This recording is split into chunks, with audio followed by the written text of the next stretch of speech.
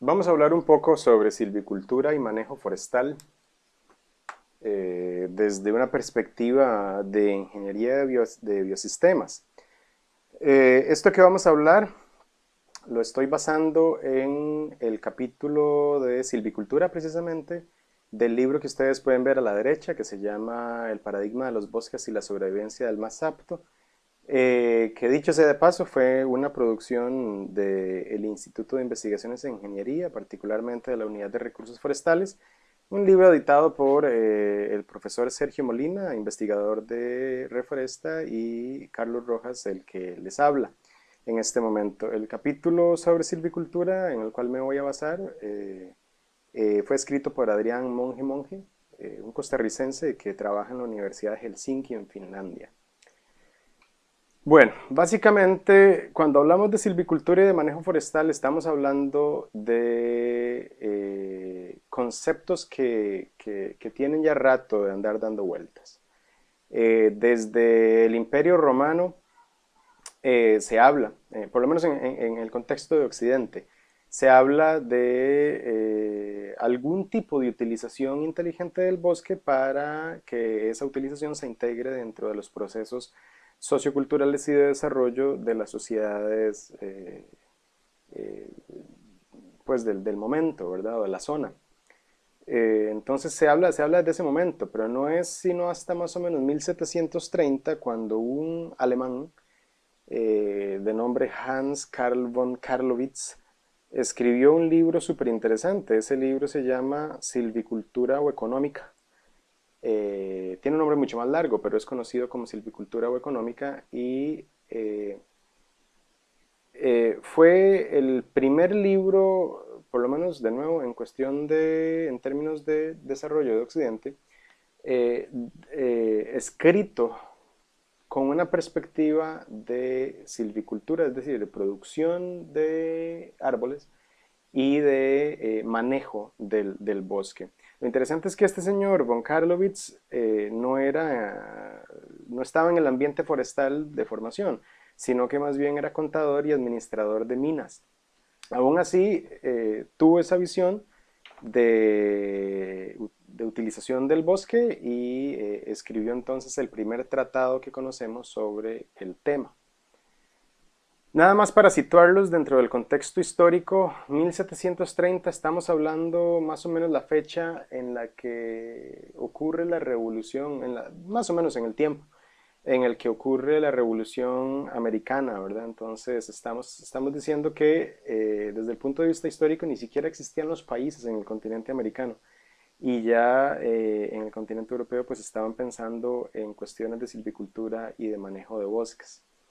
Si hablamos de 1730, bueno, 10 años antes, según datos del ICAFE nuestro en Costa Rica, 10 años antes fue que entró más o menos la semilla del café al continente americano, particularmente a la isla de Martinica y a Costa Rica, más o menos se dice que llegó a finales de ese siglo, alrededor de 1780, 85, por ahí.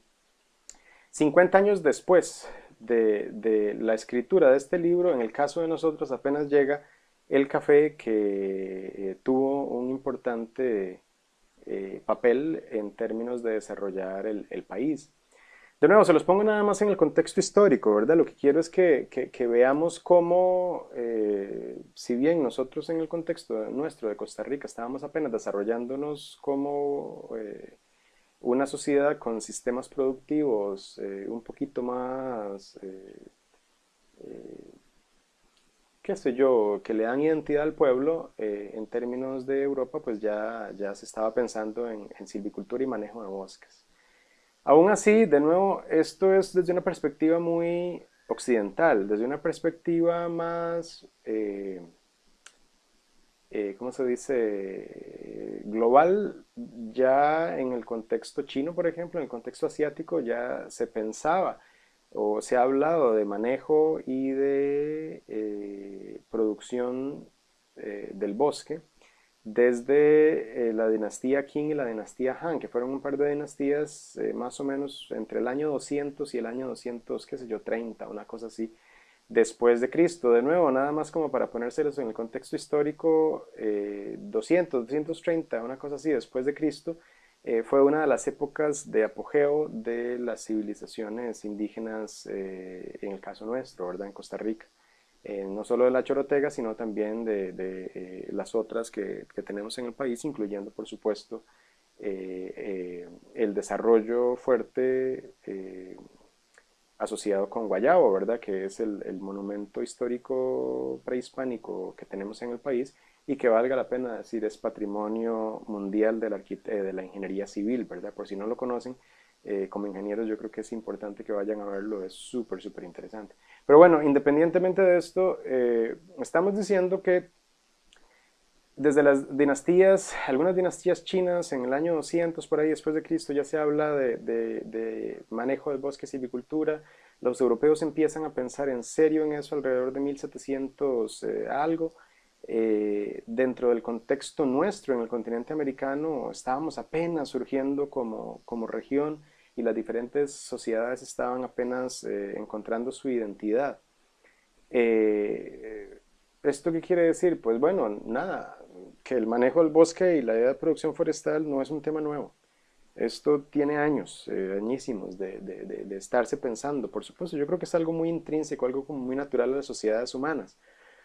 Pero bueno, en términos de el neotrópico o la idea que nos llegó a nosotros de silvicultura y producción forestal en el caso de Costa Rica, situada en el neotrópico por supuesto, fue introducida durante la colonia, ¿verdad? Como un mecanismo de generación de ganancias, en este caso para el país colonizador.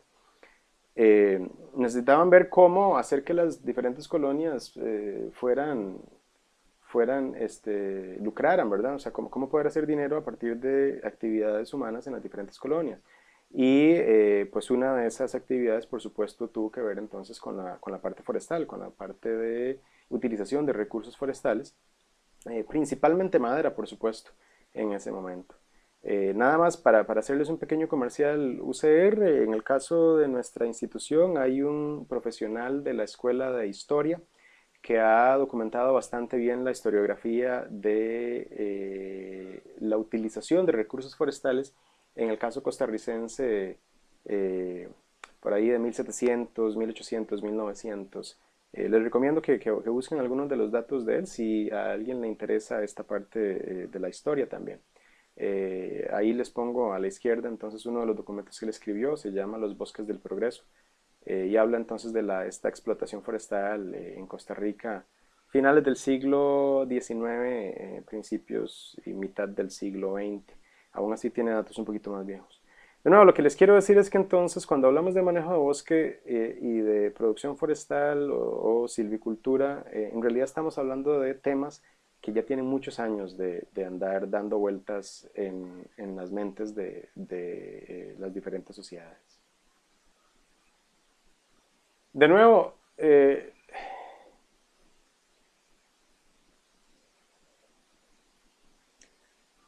decimos entonces que la idea de manejo forestal, sí, de manejo y de producción no es algo nuevo. Sin embargo, algo interesante que hay que tomar en cuenta en el contexto moderno es que a partir de la tecnificación de la industria forestal y el involucramiento de aspectos de ecología forestal en el manejo propio del bosque, principalmente a principios de los años 50 y 60, de ahí para adelante, en los últimos 60, 70 años, una cosa así, es que se ha incluido dos consideraciones importantes. Es decir, si bien desde el punto de vista histórico el tema existía, principalmente existía para extracción de madera y utilización de madera. Y ahora no pensamos únicamente en esos términos, pensamos también en términos de lo que llamamos productos maderables y no maderables. Maderables evidentemente es madera. No maderables estamos hablando de otro montón de cosas como otros organismos vivos, musgos, flores, hongos, animales, por supuesto, qué sé yo, otro tipo de cosas. Y algo muy importante en el contexto moderno, por supuesto, servicios del ecosistema, eh, Aspectos como fijación de carbono, producción de oxígeno, polinización, conservación de suelos, manejo hídrico en zonas, en cuencas, por ejemplo, etcétera, etcétera. Los diferentes servicios del ecosistema que son importantísimos en este momento dentro del contexto moderno. Y si hablamos de servicios del ecosistema, hablamos de restauración y mantenimiento de procesos naturales. Devolverle en algunos casos la funcionalidad a los sistemas. Cuando hablamos de eso, estamos hablando particularmente de ingeniería, y a pesar de que en el contexto nuestro, en Costa Rica, eso lo ha tomado, la iniciativa la ha tomado mucho las escuelas de ingeniería forestal, en realidad yo pienso que es más el quehacer de la ingeniería de biosistemas, porque estamos hablando no únicamente del bosque, sino del bosque más el entorno, más además una perspectiva de manejo de sistemas y no tanto una perspectiva de manejo de especies, que es lo que se maneja más desde el punto de vista de ingeniería forestal.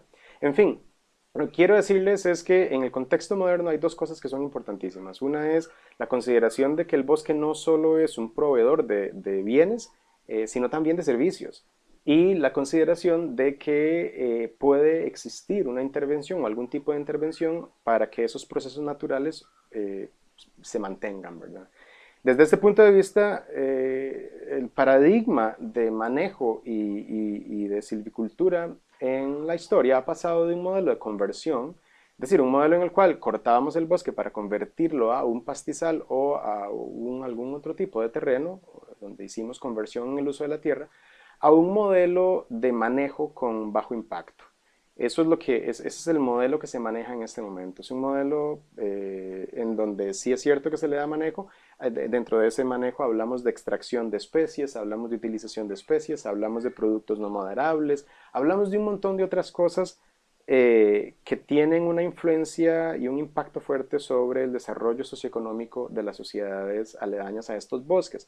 Pero estamos hablando entonces de un modelo de manejo con bajo impacto, en el cual también pensamos en que la funcionalidad de ese bosque se mantenga. Es decir, no cortamos totalmente el bosque, sino que cortamos selectivamente el bosque o hacemos un manejo un poquito más inteligente del mismo. Por supuesto, para poder hacer esto necesitamos tecnificación.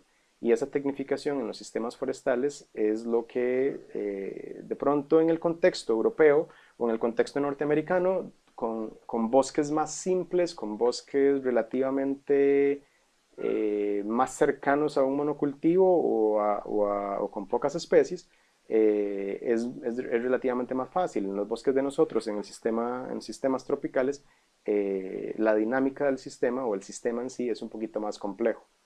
En fin, dentro de esta perspectiva moderna, evidentemente hay un montón de técnicas contemporáneas que se han empezado a utilizar para para tecnificar ese bosque, para poder darle ese manejo un poquito más inteligente, que no necesariamente tecnologías con las que no se contaba hace 20 o 30 años. Una de esas es drones, por ejemplo. Ahora se usan bastante los drones para hacer algún tipo de tecnificación del bosque, principalmente seguimientos, monitoreos de coberturas forestales, de caída de árboles, otro tipo de elementos interesantes, y sistemas de información geográfica que son muy, muy importantes para poder trabajar a partir de esos modelos digitales. Ahora bien, desde el punto de vista de estas técnicas modernas, y nada más de nuevo para hacer un poquito un comercial a la labor de nosotros en el Instituto de Investigaciones en Ingeniería, les quiero decir que a partir de este año, el 2017, empezamos un proyecto que se llama así, Línea Base de Monitoreo en Cambio Climático y Sostenibilidad de Biosistemas Forestales. Esto lo estamos haciendo en una finca que se llama FEIMA, es la Finca Experimental Interdisciplinaria de Modelos Agroecológicos de la Universidad de Costa Rica, y ahí les pongo un pequeño video. Estamos utilizando la tecnología de drones también para hacer sobrevuelos y hacer cuantificaciones importantes de la dinámica de estos sistemas forestales, o de este sistema forestal en particular, en el cual estamos estudiando el fenómeno de cambio climático y el potencial efecto que eso puede tener, no solo sobre el sistema forestal, sino, como ustedes lo pueden ver en la imagen, sobre sistemas agriculturales circundantes. Entonces, el contexto moderno es un contexto más tecnificado, es un contexto un poquito más complejo, en el cual no solo se ve el bosque como, de nuevo, un proveedor de servicios, sino que se ve el bosque como un sistema dinámico el cual hay que integrar dentro del modelo de desarrollo más complejo, evidentemente, porque incluye aspectos socioeconómicos, culturales, históricos, etcétera, de las sociedades circundantes. Ahí en el video vemos nada más entonces un poco un sobrevuelo sobre la finca esta que estamos estudiando, y ahí vamos de nuevo a hacer un seguimiento a largo plazo de fenómenos asociados con la dinámica de este bosque en términos de cambio climático. Ahora bien, voy a pausar esto por acá. Ahora bien, desde la perspectiva de manejo de bosque, es importante considerar dos cosas. Una es que en el contexto moderno en el que estamos, bajo una convención marco de las Naciones Unidas sobre cambio climático, tenemos dos enfoques de visión del bosque o los sistemas forestales. Uno es lo que llamamos el enfoque no prístino y el otro es el enfoque prístino. El enfoque no prístino, que posiblemente, que es el que desde el punto de vista de ciencias sociales está también ganando mucho auge, es el enfoque que ve el bosque o la naturaleza no como un sistema desasociado del quehacer humano, sino lo ve intrínsecamente asociado precisamente a la dinámica de las diferentes sociedades. ¿Esto qué quiere decir? Que desde este enfoque el bosque o la naturaleza como la vemos en realidad no existe, sino que es una cuestión, el concepto de naturaleza se visualiza más como un modelo idealizado de los sistemas naturales en el planeta.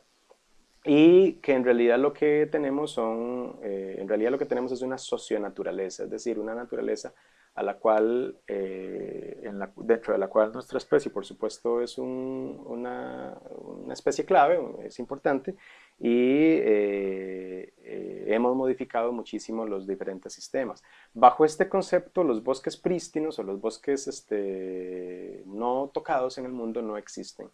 Se asume entonces que todos los bosques en el planeta o los sistemas naturales forestales en el planeta ya han sido tocados de alguna forma. El enfoque prístino, por supuesto, es un enfoque más cercano, yo creo, a lo que mucha gente piensa en Costa Rica. Es un enfoque en el cual tenemos el concepto de la naturaleza desasociada de las sociedades humanas, y nos visualizamos más bien como protectores o administradores de alguna forma de la naturaleza. En este concepto, por supuesto, se maneja la idea entonces de un bosque intocable, ¿verdad? Dentro de estos conceptos y de la visión de la Convención Marco de las Naciones Unidas sobre Cambio Climático, hay cuatro tipos de intervenciones que se hacen en los bosques o que tenemos o que podemos hacer en los bosques.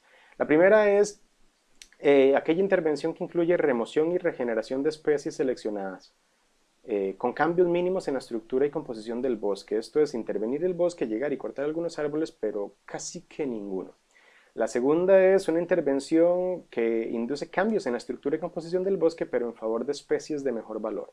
Esto es cuando identificamos que el bosque tiene algún tipo de sobredominancia de una o dos especies, o tenemos especies exóticas, por ejemplo, que no nos interesan, hacemos una corta selectiva de esas especies y lo que inducimos es precisamente cambios en la composición del bosque para darle un poquito más de valor al mismo, en el sentido de introducir especies nativas o introducir otro tipo de sistemas vegetales, no necesariamente tipo bosque. El tercero es en el cual hacemos intervenciones que más bien van en términos de promover la restauración de áreas degradadas utilizando especies nativas, o en el caso de que se utilicen especies exóticas, que éstas sean con valor comercial. Esto es básicamente reforestación o aforestación. Es cuando tenemos un pastizal o una zona de suelo abierto y básicamente lo que promovemos es que exista un bosque ahí. 20, 30, 40 años en zonas tropicales ya existe algún tipo de bosque, Y bueno, esto puede darse, entonces este tipo de regeneración se puede dar con especies nativas, intentando que ese bosque se asemeje de alguna forma a la estructura y composición de los bosques naturales circundantes o sencillamente introduciendo una plantación forestal. En este caso con valor comercial, muchas de las cuales en el contexto nuestro, por ejemplo en Costa Rica, son especies exóticas, tipo teca, por ejemplo. Pero bueno, mientras haya valor comercial, hay cierto tipo de promoción de otros elementos a nivel del sistema, el sistema se hace más complejo y estamos pensando entonces en algún tipo de generación de, eh, de dinero, ¿verdad? Eh, para promover entonces esa integración con el desarrollo local. El cuarto tipo de intervención es básicamente donde no tocamos el bosque. Es donde se mantiene la estructura y composición de las especies para efectos de conservación. Este cuarto tipo es el que está más asociado con el enfoque prístino y no tanto con el enfoque no prístino, que es el que se maneja a nivel de las otras tres tipos de intervenciones. Desde el punto de vista integrado, de socioeconomía, de historia, de cultura, de ecología, etcétera, es posible que, si bien todos los países necesitan tener los cuatro tipos de intervenciones, los que son más redituables desde el punto de vista económico son los primeros tres. Ahora bien, existe un principio ecológico clave que es el que se ha utilizado en silvicultura y manejo forestal para explicar la forma como el bosque funciona y cómo podemos integrar este funcionamiento del bosque con los aspectos más comerciales, por decirlo de alguna forma, más de producción en sí. Y es la dinámica de claros boscosos, lo que en inglés se llama gap dynamics. Esto es clave, es un principio clave porque es el que de alguna forma determina el funcionamiento de los bosques como sistemas productivos. En la fotografía que está ahí podemos ver unos claros, podemos ver las nubes y las copas de los árboles. Evidentemente, si podemos ver las nubes, significa que la luz está entrando y esa luz penetra hasta el suelo del bosque. Cuando llega al suelo del bosque, evidentemente promueve el crecimiento de especies menores, que en muchos casos no dejan de ser arbustos y pequeños arbolitos, pero en una gran cantidad de casos, pues obviamente representan árboles también grandes y con características comerciales.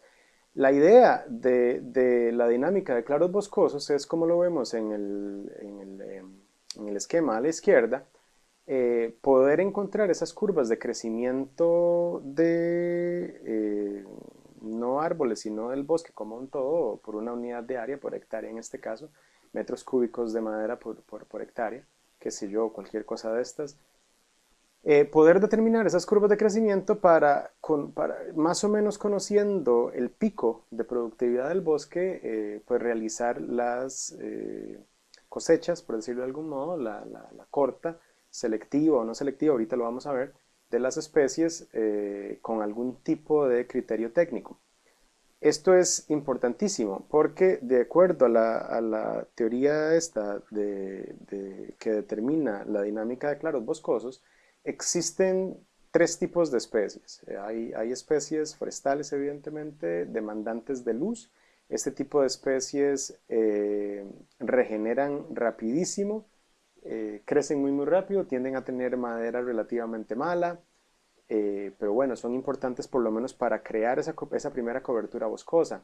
Después hay otro tipo de especies que son las que llamamos semitolerantes de sombra. Usualmente son las siguientes en un proceso natural de sucesión, serían las siguientes que vienen. Son especies que pueden crecer y desarrollarse con cierto tipo de sombra eh, y crecer con tasas de crecimiento comerciales relativamente buenas. Y por último tenemos las especies tolerantes de sombra, que son las que pueden empezar a crecer o en sus primeros estados pueden crecer aún cuando el bosque está muy cerrado y que normalmente son las especies comerciales de mayor valor, que son las que corresponden a comunidades clímax que llamamos en ecología forestal. Si pensamos en términos de la asociación de un bosque, pues ese pico, digamos, de producción o de biomasa incorporada en el bosque está asociado a una comunidad clímax, por decirlo de alguna forma. Desde este punto de vista de dinámica de claros y bajo la perspectiva de estos tres tipos de especies, podemos decir entonces que un bosque es un sistema productivo eh, formado por un mosaico de claros en diferentes estados de regeneración. Ese es el paradigma en términos de producción y en términos de silvicultura cuando vemos un bosque. Entonces un bosque no es visto, por ejemplo, como muchas otras disciplinas lo ven, como un sitio más de donde hay una dinámica muy natural y muy conectada entre un montón de subsistemas, sino que es un sistema relativamente sencillo, por decirlo de alguna forma, en el cual, bueno, la sencillez de ese sistema viene de la dinámica de claros boscosos y sencillamente la complejidad, por decirlo así, del bosque no está determinada por la complejidad en el sistema en sí, sino que está determinada por las relaciones entre los diferentes estados de regeneración explicados por este mosaico de claros. Desde este punto de vista, se establece la silvicultura y se ha establecido por muchísimos años. Bajo esta perspectiva tenemos dos grandes formas de clasificar los sistemas de silvicultura. Una es por el tipo de ciclos o la cantidad de ciclos que generan, y la otra es por el tipo de manejo que se le da.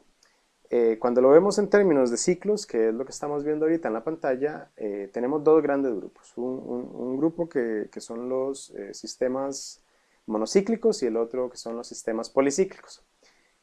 Cuando hay sistemas monocíclicos, normalmente pensamos en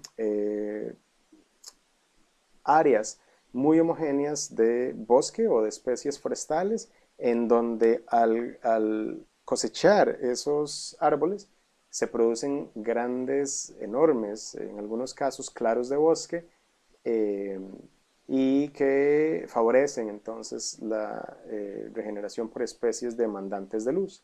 Este tipo de sistemas monocíclicos en zonas tropicales ha sido algo usado desde el punto de vista histórico en el oeste de África y en el sudeste de Asia. También ha sido el sistema clásico usado en Europa y Norteamérica, nada más que en estos últimos dos lugares lo que han hecho es que tienen un sistema eh,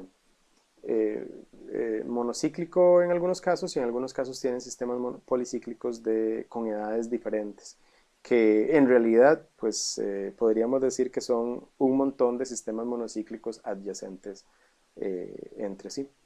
Desde el punto de vista de sistemas policíclicos, los sistemas policíclicos es donde tenemos varios, puede ser una sola especie, pueden ser varias especies. Normalmente son muchas más especies forestales que en los sistemas monocíclicos, y la cosecha de las diferentes especies forestales se da en diferente momento.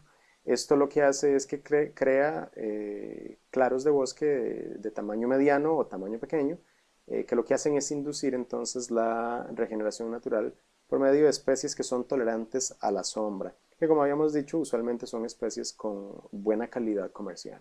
Estos sistemas policíclicos son los que tradicionalmente han sido un poquito más favorecidos en zonas neotropicales, y yo creo que eso tiene que ver con primero la visión en esta parte del mundo de mantener esa cobertura forestal, y segundo la complejidad de los bosques que nosotros tenemos.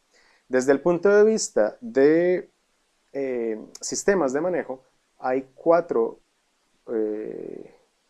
grupos grandes de sistemas de silvicultura. Uno es el de corta total, que no necesita ser explicado. Ahí básicamente se corta totalmente el bosque y hay un cambio en el uso de la tierra. Ahorita lo vamos a ver con un poquito más de detalle. El segundo tipo es el de reemplazamiento o conversión, el tercero es lo que llamamos regeneración natural y tenemos por último un sistema de restauración. Lo importante acá es conocer que los cuatro sistemas de silvicultura por manejo, que son estos que estamos viendo, en realidad a lo que van es a la producción de árboles de carácter comercial para fines económicos, eh, con algún tipo de integración o algún tipo de relación con prácticas socioculturales de los diferentes lugares. Ahorita vamos a ver esto. Eh, para entrarle al tema, los sistemas de corta total, básicamente como lo vemos en la fotografía, ahí se hizo corta completa en una sección del bosque, no se ha hecho todavía en la otra sección, pero podemos ver que la sección que se se cortó completamente. A eso se refiere la corta total. Esto normalmente se hace, es bastante común o ha sido bastante común en zonas templadas, es evidentemente la forma más vieja de manejo forestal, la forma más simple, no incluye un montón de otros elementos que vamos a ver en los otros tipos de sistemas. Y bueno, pero todavía se considera cuando hay semillas de especies valiosas bajo el dosel. Alguna gente no sabe, pero dentro de un bosque en funcionamiento normal hay un montón de semillas en el suelo y esas semillas en el suelo, muchas de ellas pertenecen a especies en peligro de extinción, especies con carácter comercial valioso, especies que tienen importancia desde el punto de vista de servicios del ecosistema, especies que sirven de refugio para otras especies de organismos, etcétera, etcétera. La semilla está ahí, eso se llama el banco de semillas, y ese banco de semillas en el suelo, a veces es importante eh, permitirle que vuelva, digamos, a activarse y que las diferentes especies empiecen a germinar y ojalá crezcan y se establezcan en un nuevo tipo de bosque. Bajo esta perspectiva, la corta total tiene algún tipo de valor. El problema es que, entre comillas, asume que ahí va, lo que va a existir es algún tipo de regeneración natural o asistida. Es decir, para que la corta total se considere como un sistema de silvicultura, este claro de bosque que estamos viendo en la fotografía debería de convertirse en un bosque de nuevo en un tiempo prudencial. Bueno, de características de este tipo de sistema, requiere podas y mantenimiento por años, es un sistema relativamente caro, porque al hacer una corta de bosque favorezco especies también que no son comerciales, que están dentro de ese banco de semillas, y eso requiere pues algún tipo de raleos, podas, mantenimientos. Otro de los problemas es que tiene rotaciones de mucho tiempo. Las rotaciones andan de 80 a 200 años en zonas templadas, por ahí tal vez unos 100 años en zonas tropicales que son un poquito más dinámicas, pero estamos hablando de sistemas de bosques con un periodo de rotación relativamente largo, ¿verdad? En el caso, por ejemplo, de la teca en la India, bueno, se comenzó de esta forma. El gran problema que hubo, y no solo en la India, sino en otros muchos lugares del mundo, es que la tierra fue convertida en otro tipo o el uso de la tierra fue modificado. De nuevo, el problema que tiene entonces este sistema forestal no es que se haga la corta total, es más cuando hay una conversión de esas tierras, ¿verdad? Cuando no se regenera o no se restablece ese parche de tierra como un bosque otra vez.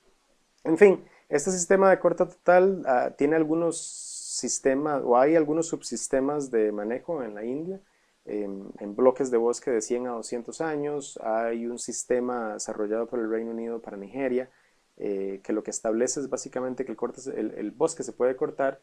El bosque, por ejemplo, ese que vemos ahí en la fotografía, se puede cortar en tanto el pedazo este vacío que se ha cortado ya tenga 100 plántulas de 1 metro por hectárea, eh, y que haya pasado un periodo de al menos 6 años después de la corta. El sistema ha sido relativamente usado en África, casi no ha sido usado en zonas tropicales o en zonas asiáticas. A pesar de eso, la isla de Trinidad es uno de los casos en América y como decíamos la India es otro de los casos.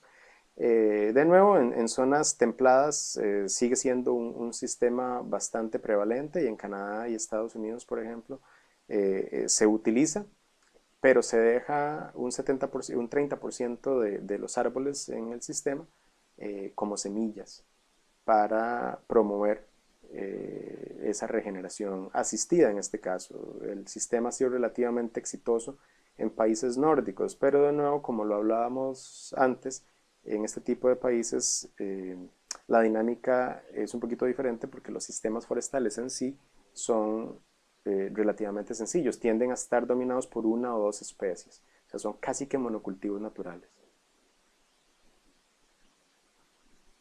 El segundo sistema de manejo es el que llamamos reemplazamiento o conversión. Este sistema usualmente se implementa cuando se desea únicamente mantener especies comerciales y evidentemente asume que hay un reemplazo de los árboles. Ese reemplazo es relativamente natural. Es más o menos lo que vemos en la fotografía, es cuando se seleccionan algunas especies o parches del bosque. Dentro de ese parche se extraen las especies y se reemplazan con algún tipo de otro sistema. En este caso se reemplazan con un sistema homogéneo eh, que tiene carácter comercial. Este tipo de manejo de bosques es compatible con cambios en la estructura forestal y principalmente ha sido bastante usado en términos agroforestales. Es decir, se pueden hacer algunas selecciones de árboles, se hace la corta y lo que se mantiene o la forma de reemplazarlo es reemplazarlo con un sistema agrícola. Es el sistema que se ha utilizado en todo el mundo, incluye o asume que hay rotación de cultivos. En este caso, muchos de los plantas de carácter comercial son evidentemente árboles, pero también asume de nuevo cuestiones, o es compatible pues con plantaciones agrícolas. Eh, Desde una perspectiva más comercial o más económica, se dice que el sistema de reemplazamiento es un poquito más compatible con cultivos perennes, cosas así como caucho en Asia, café aquí en Costa Rica, cacao, tal vez en algunas otras zonas, y ha sido relativamente usado, implementado en el sudeste de Asia, en África tropical y en América Latina. Aquí lo hemos usado por todo lado.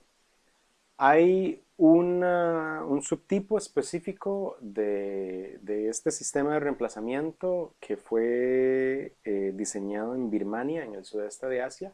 Se llama Taungia y es un sistema de bosques en filas o de plantaciones en filas, en donde una fila es de árboles que mantienen esa cobertura forestal estable y la segunda fila es de algún tipo de cultivo comercial, usualmente de ciclo corto, es decir, cuestiones de agricultura.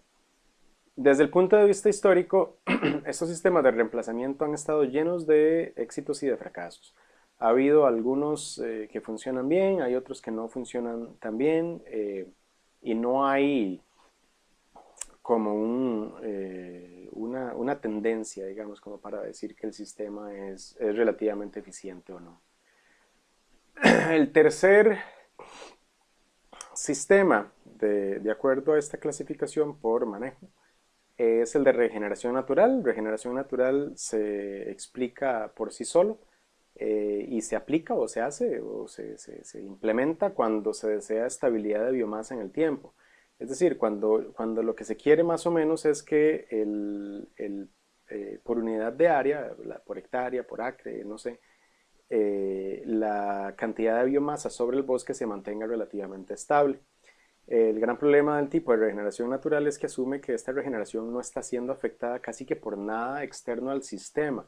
Y desde una perspectiva de cambio climático, por ejemplo, o de fragmentación boscosa, o de variaciones de un desastre natural, o este tipo de eventos, eh, es complicado. Es complicado porque la regeneración sí está siendo afectada. De nuevo, hay problemas entonces cuando la regeneración favorece a especies no comerciales. En una regeneración natural ahí va a crecer evidentemente lo que esté en este banco de semillas, eh, y eso tiene que ver con especies comerciales y algunas que no son comerciales y todavía peor, que tienen hasta un efecto negativo por competencia sobre las especies que sí son comerciales, ¿verdad? La regeneración natural es laboriosa, necesita ser asistida en muchos casos y es cara. Y bueno, ha sido bastante utilizado en el sudeste de Asia, en Malasia, Borneo, Filipinas. Y en estos tres países lo que tienen son cuotas de corta dependiendo del diámetro.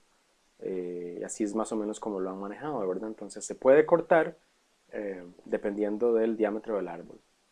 Hay algunos sistemas implementados de regeneración natural, no vamos a entrar en detalles, pero hay diferentes sistemas de silvicultura, TPTI, APN, CMS es un sistema que se ha usado bastante en Sudamérica, eh, que están basados entonces en este tipo de idea. Eh, Problemillas, tiene algunos problemillas, crea distribución heterogénea de claros. El problema de la distribución heterogénea de claros es que hace que esa dinámica de los diferentes parches del bosque no sea relativamente homogénea a gran escala, sino que se pueden crear zonas de relativamente gran tamaño en donde hay un tipo de dinámica diferente a la que está sucediendo en otras zonas. Desde el punto de vista comercial o desde el punto de vista de silvicultura, eso no necesariamente es algo positivo, ¿no? Porque la idea es entonces que existan estas extensiones relativamente grandes de bosques en donde haya un cierto tipo de homogeneidad en términos de dinámica y los procesos que están sucediendo ahí, que se van a traducir en, eh,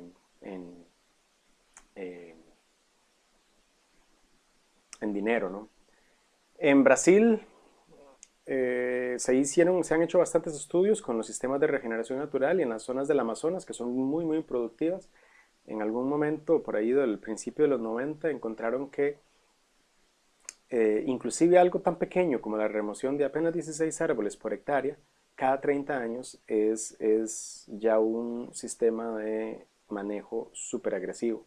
Ahora lo que se está manejando, o la idea que se está manejando, son 30 metros cúbicos de madera por hectárea, lo cual es relativamente poco si lo vemos desde el punto de vista de silvicultura. Y este sistema de regeneración natural ahorita pues tiene bastante auge en la zona europea porque dio origen a una cosa que se llama el Plenterwald, que es un sistema donde hay un manejo de cobertura. Básicamente lo que se plantea y la idea que se está utilizando bastante, no tanto en el norte de Europa, sino más en los países centro y del sur, es que siempre haya cobertura forestal. O sea, que la cobertura exista con diferentes características, por supuesto, dependiendo del estado en el que ese parche boscoso está, pero que siempre haya algún tipo de cobertura. Y finalmente, el último tipo de manejo es el sistema de restauración, que se implementa cuando se quieren aumentar servicios del ecosistema. Ese sistema de restauración asume también entonces que plantaciones u otro tipo de sistemas como el punto de partida, que normalmente es un sistema degradado, un pastizal o una urbanización o algo así, no pueden cumplir el rol entonces de funcionar como un ecosistema más natural y de proveer servicios esenciales para la vida en el planeta, por lo menos bajo ciertos estándares de calidad de vida que son los que manejamos en el siglo XXI. De nuevo, dentro del sistema de restauración se dice que el punto de partida es un sistema degradado y más o menos al año 2000 hay estadísticas que dicen que había alrededor de 500 millones de hectáreas en estado de degradación a nivel del planeta. De esta forma, y como estamos en un momento histórico en el cual también estamos intentando revertir un montón de los procesos de cambio en el uso de la tierra que se le dio al bosque en los últimos 400, 500 años. Este sistema de restauración es uno de los sistemas de manejo de bosque mejor recibidos por las comunidades de los diferentes lugares del mundo, ¿verdad? Y principalmente por el aumento en los servicios del ecosistema. Esto, de nuevo, apoya la idea de los economistas de que el bosque, desde su concepción moderna, el bosque como sistema productivo, en estos tiempos no solamente debe verse como un proveedor de bienes, sino también de servicios. Y bueno, la prioridad en el caso de la restauración es parar precisamente esa degradación, es revertir esa degradación y más bien aumentar la complejidad en el sistema.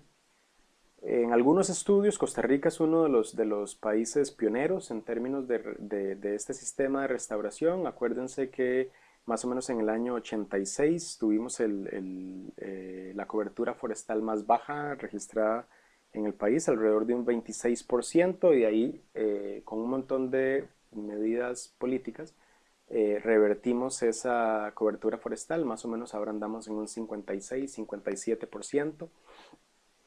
Lo cual es muy...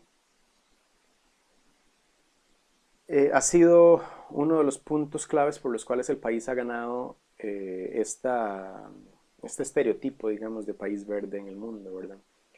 Evidentemente, el sistema de restauración requiere un compromiso político, como lo estamos hablando, fuerte, donde exista un balance, donde las sociedades entiendan que tiene que existir un balance entre cuestiones como conservación de biodiversidad, evidentemente el desarrollo económico y los valores culturales o históricos asociados con la dinámica de vida en esas zonas. Desde este punto de vista, el sistema de restauración es complementario entonces con zonas rurales, ¿verdad? En países en desarrollo. Es relativamente bien visto como lo hemos estado hablando. Como lo hemos visto, la evolución de la silvicultura ha sido un proceso de prueba y error. Lo que se ha entendido en los últimos años es que el bosque ideal, entre comillas, requiere de cobertura más o menos permanente, o sea, necesitamos que existan los bosques de alguna forma. No necesariamente esos bosques son bosques naturales, pueden ser bosques manejados, pueden ser bosques intervenidos, pueden ser bosques en su concepción de plantación propiamente dicha. Y desde este punto de vista, los países nórdicos son los que llevan la delantera en integración de políticas, ¿verdad? Llevan la delantera alrededor del mundo en términos de movilizar estos esfuerzos de país hacia precisamente que esa cobertura esté relativamente ahí. Un aspecto que no necesariamente se ha tomado con la seriedad del caso es que hay un montón de formas de producción de madera y de manejo forestal a pequeña escala. Hay cualquier cantidad de individuos alrededor del mundo, dueños de pequeñas parcelas o pequeños sectores de tierra, qué sé yo, inclusive agricultores, que realizan algún tipo de manejo forestal y de producción de madera o de productos no forestales, ¿verdad? Y este tipo de actividades siguen siendo importantísimas para mantener no solo los productos, los bienes y los servicios que obtenemos del bosque, sino para mantener también a las comunidades integradas con procesos de tecnificación del bosque, ¿verdad? Algo que quiero enseñarles ahora son números de unas tablas publicadas por el IPCC hace un par de años. Ahí podemos verlo, lo estamos viendo nada más para la franja tropical, pero podemos ver diferentes zonas ecológicas dentro de la franja tropical, y donde dice la cuarta columna que dice Above Ground Biomass, esa es la biomasa sobre el suelo en toneladas por hectárea. Y más o menos podemos ver los números que se manejan ahí, ¿verdad? Los valores más altos andan alrededor de 300 y resto toneladas por hectárea. y podemos ver, podemos ver entonces que el bosque tropical lluvioso, que es el primero en zonas ecológicas, tiene casi el doble o produce es casi el doble que el bosque tropical seco, que vemos ahí más o menos el tercero en categoría. Nosotros estuvimos haciendo unas mediciones en el año 2012 al 2014 para sistemas forestales en Costa Rica. Y esas son las que les estoy enseñando ahorita. Esas parcelas que dicen H1 y H2 son un par de bosques en Guanacaste. Esas parcelas que dicen G1 y G2 son un par de bosques premontanos lluviosos en la cordillera volcánica central, en la zona del Pacífico. Y lo que me interesa que veamos es la, el, la primera columna, que es la que dice AGB, que es exactamente la misma categoría que estamos viendo ahí, es la biomasa sobre el suelo. Podemos ver entonces que los valores andan más o menos entre valores esperados. H2 anda en 76 toneladas por hectárea. Eso es relativamente bajo. H2 vale la pena decir que corresponde a un sistema forestal, a una plantación propiamente dicha, iniciada por colegas del Instituto Tecnológico y la Universidad Nacional hace años, hace unos 30 años, una cosa así. Entonces H2 corresponde a un sistema forestal de 30 años, y podemos ver que va lento, digámoslo así, después de 30 años lleva acumulados apenas 76 toneladas por hectárea. Desde otro punto de vista podemos ver G1, que es otro sistema de plantación, es un monocultivo de ciprés, y podemos ver más o menos de 30 años igual, y podemos ver el número, ¿verdad? 470 toneladas de madera por hectárea. Desde este punto de vista podemos ver entonces que al inducir el crecimiento en términos de plantación, uno puede modificar los parámetros de biomasa por unidad de área que se manejan. Inclusive si, para plantaciones, por ejemplo, con carácter comercial, pero cuyo fin principal es bioenergía, lo que se necesita en realidad es que la biomasa exista, no tanto que los árboles, el tamaño de los árboles sea grande o tenga dimensiones grandes. Y ahí se pueden observar hasta niveles de biomasa de 600 o 700 toneladas por hectárea. Porque los palitos crecen muy cerca entre ellos, ¿verdad? Se pueden acomodar, no sé, 1500 individuos en una hectárea, cuando en realidad en un bosque natural anda alrededor de unos 150 o 200 árboles por hectárea, una cosa así. Uno puede acomodar hasta 3, 4 veces más la cantidad de árboles por hectárea, evidentemente haciendo algún tipo de manejo tipo plantación. Y eso tiene un efecto en términos de la biomasa, pero también tiene un efecto, vale la pena decirlo, en términos de la dinámica del sistema, ¿verdad? Y yo creo que ahí es una de las partes, uno de los aspectos importantísimos que desde la perspectiva de ingeniería de biosistemas valdría la pena cuantificar. Es también cómo el sistema en sí se ve alterado por una dinámica tan eh, rápida, ¿verdad?, dentro del sistema.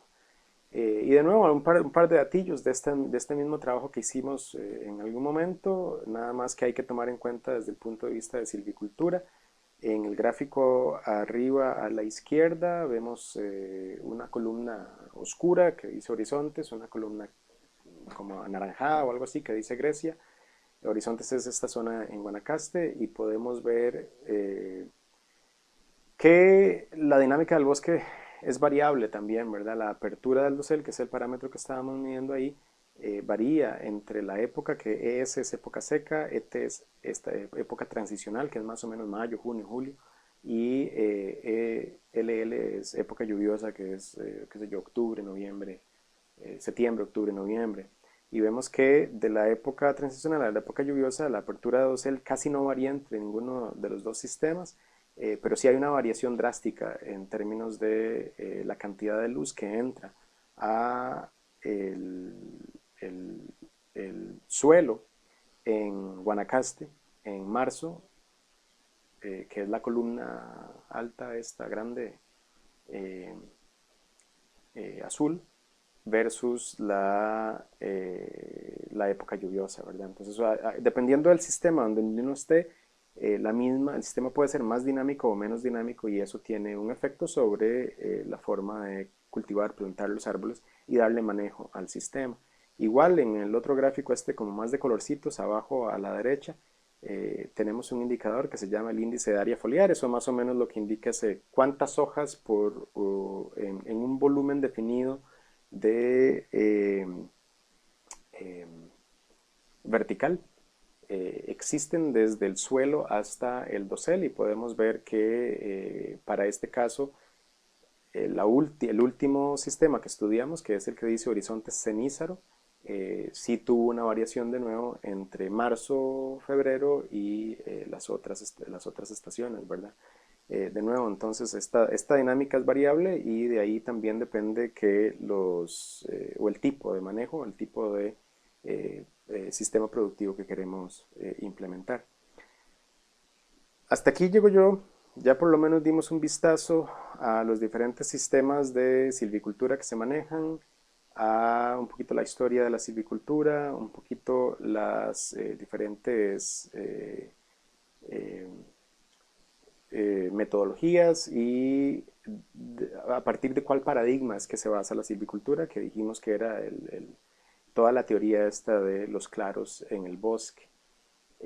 Ya con esto y con algunos otros datos de cómo funcionan los bosques en términos generales, por lo menos ustedes tienen una idea básica de los bosques como sistemas productivos y de los bosques o del paradigma moderno de visión de esos sistemas productivos forestales, que como ya lo hemos dicho o lo he dicho acá varias veces, ya no solo integran a la madera en sí como producto económico redituable, sino que también estamos hablando de que ya integran otro tipo de elementos, desde productos no maderables hasta servicios del ecosistema.